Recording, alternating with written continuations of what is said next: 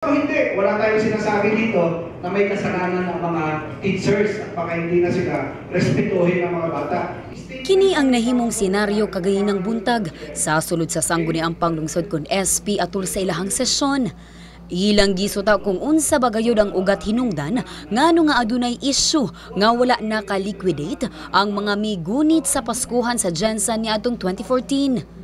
Gipatawag nila ang city administrator, ang tourism council member nga si Philip Pabelik nga mao'y gipangita gayud sa mga konsehal ni adto pang milabay mga sesyon ug ang Department of Education kon DepEd Jensen nga mao'y host sa Paskuhan sa Jensen 2013 ug 2014. Ang isyu kuno, nganong usa ka tuig nga wala pa mahuman ang liquidation report. How come it took you so long to liquidate? It's already 2016. 2015 o 2014, bakit it took so long na isauli ang pera ngayon lang?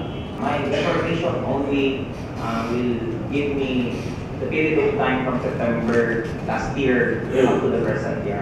I was informed that it was our city OWA who asked actually the liquidation sometime September, October. I do not know as to how they liquidated prior to that one. Giulan og mga pangutana silang Attorney Zapatos ug Pabelik kung diin aduna pay mga aligasyon nga gipagawa si kagawad at indido. Somebody, I don't know if Mr. Pabelik will confirm it or not. Dinadrag niya yung pangalan ng isang city councilor, bringing the name of one city councilor, at inutusan daw siya ng isang city councilor pumunta sa DepEd para ayusin ang liquidation. Okay?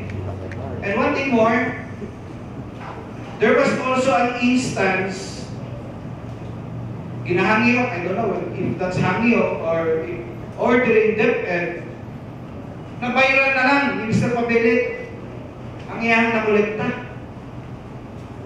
Madam Chair, bakit nakikialam si Mr. Pabelik sa koleksyon? Ano bang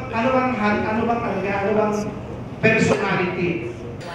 Sama sa akong giingon, akong gi-clear nga wala ko kabalo kung unsa to unya. Karon na po nako sa nadunggan actually. Karon na nako sa nadunggan nga naa ding ato.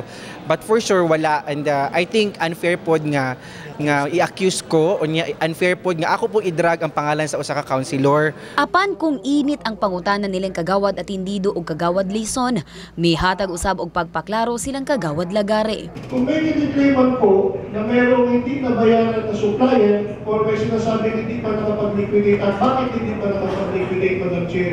Because there are suppliers, Madam Chair, not from General Santos City but from Davao, because General Santos City don't have the capability. Isa na po dito, yung tents po na ginagamit natin, wala akong makakasupply dito ng tents na kaya isupply yung 270 stalls. So we get few, kung ano yung kulang, kinukuha po natin doon sa Davao. Matod nilang Attorney Zapatos, ongoing karon ang ilahang pagpasa og liquidation report sa Commission on Audit kon COA. Wala kuno adunay nawala nga kwarta gikan sa pondo sa gobyerno. Hangyo nila nga humanon una ang report, una usab ang mga aligasyon tungod walay igong pruweba ang mga issue. Dinhi mas miinit ang panaghisgot sulod sa konseho, dihang mihangyo una ang mga konsehal nga hulaton una ang COA tungod wala pa sila igong ebidensya. They wanted also to be honest, since they were asked to support and help, they have their obligations, Your Honor. Unfortunately, Your Honor, in government, we have a way of being honest, and that is the procedure. May I request, Your Honor, that we finish everything first. We have to submit this one to DepEd, and whoever will be liable will become liable. I notice that what we are doing today is pure fishing expedition, pure witch hunting. I can only hear general or sweeping insinuations, but there is no categorical statement or allegation that there is a missing fund, that there are missing funds. Sa karon, hulaton na lamang nila nga mahuman ang liquidation report sa COA.